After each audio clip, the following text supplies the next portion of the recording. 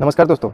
आज की वीडियो में हम लोग बात करेंगे इलेक्टोरल बॉन्ड के बारे में। हम लोग बात करेंगे कि इलेक्टोरल बॉन्ड क्या होता है, इसे कैसे जारी किया जाता है, इसे सरकार ने कब जारी किया था, इसे सरकार ने कब स्टार्ट किया था और हाल में ही सुप्रीम कोर्ट ने इस पर क्यों रोक लगा दी। और साथ ही साथ ये भी हम लोग चर्चा करेंगे कि सुप्रीम कोर्ट ने इसकी डाटा जारी करने के लिए एसबीआई को क्या कहा था और एसबीआई ने फिर डाटा जारी करा और उस डाटा में क्या मिला।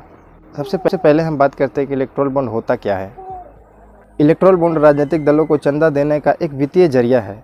यह एक वचन पत्र की तरह होता है जिसे भारत का कोई भी नागरिक या कंपनी भारतीय स्टेट बैंक के चुनिंदा शाखाओं से इसे खरीद सकता है और अपनी पसंद के किसी भी राजनीतिक दल को गुमनाम तरीके से दान दे सकता है। भारत सरकार ने इलेक्टोरल बॉन्ड योजना की घोषणा 2017 में की थी। इस योजना को सरकार ने 29 जनवरी 2018 को कानून लागू कर दिया था। इस योजना के तहत भारतीय स्टेट बैंक राजनीतिक दलों को धन देने के लिए बॉन्ड जारी कर सकता था।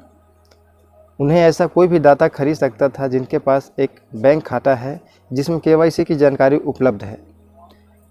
इस योजना के तहत भारतीय स्टेट बैंक को निर्दिष्ट शाखाओं में 1,000 रुपये, 10,000 रुपये, 1 लाख रुपये, 10 लाख रुपये और 1 करोड़ तक के किसी भी मूल्य के इलेक्टोरल बॉन्ड खरीदे जा सकते थे।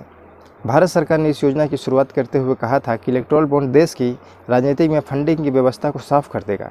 लेकिन पिछले कुछ सालों में यह सवाल बार बार उठाया जा रहा था कि इलेक्टोरल बॉन्ड के जरिए चंदा देने वाले की पहचान गुप्त रखी है, इसीलिए इसे काले धन की आमद को बढ़ावा मिल सकता था। इसी साल 15 फरवरी को सुप्रीम कोर्ट ने इलेक्टोरल बॉन्ड को असंवैधानिक करार दिया था। इसके साथ ही सुप्रीम कोर्ट ने एसबीआई को निर्देश दिया था कि वह 6 मार्च 2024 तक इलेक्टोरल बॉन्ड को जारी कर चुनाव आयोग को दे दे। हालांकि 6 मार्च आने से पहले ही एसबीआई ने सुप्रीम कोर्ट में एक याचिका दायर कर जानकारी देने की तारीख को बढ़ाकर 30 जून करने की मांग की थी, लेकिन 11 मार्च को सुप्रीम कोर्ट ने एसबीआई की इस याचिका ठुकरा दी और कहा कि वह 12 मार्च तक चुनाव आयोग को डेटा दे दे।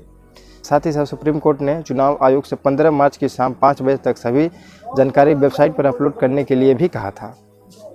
स्टेट बैंक ने भारतीय के सर्वोच्च न्यायालय के आदेश के अनुसार 12 मार्च को निर्वाचन आयोग के इलेक्टोरल बॉन्ड से जुड़ा डेटा दे दिया। इस डेटा का विश्लेषण जारी है, लेकिन अब तक मिली जानकारी के मुताबिक बीजेपी सबसे ज़्यादा चंदा हासिल करने वाला पार्टी बनकर सामने आई है।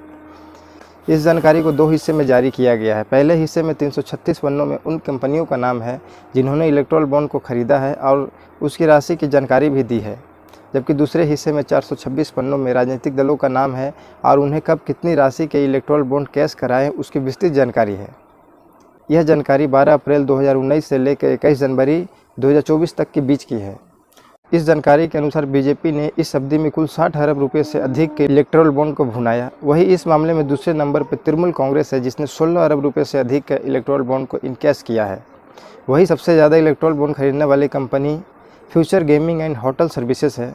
इस कंपनी ने कुल 1368 बॉन्ड खरीदे जिसकी कीमत करीब 13 अरब रुपये से अधिक रही है। चुनाव आयोग की ओर से जारी चुनावी बॉन्ड इनकैश करवाने वाला लिस्ट में बीजेपी पहले और ऑल इंडिया तृणमूल कांग्रेस दूसरे नंबर पे है। इस मामले में अगर हम तीसरे नंबर पे देखते हैं तो उसमें अखिल भारतीय कांग्रेस समिति है जिसने 14 अरब रुपये से अधिक के इलेक्टोरल बॉन्ड को इनकैश करवाया है।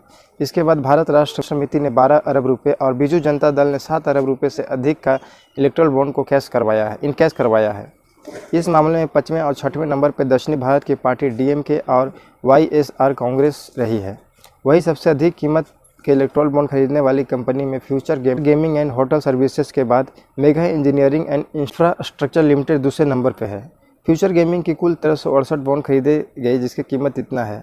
वही मेगा इंजीनियरिंग ने 966 करोड़ रुपए की कुल 966 बॉन्ड खरीदे। इसके बाद जिन कंपनियों ने सबसे अधिक बॉन्ड खरीदे उनमें से Haldia energy limited, Vedanta limited, SL mining and industry limited और बहुत सारी कंपनियां हैं जिसका लिस्ट हम आपको पीडीएफ में दे देंगे।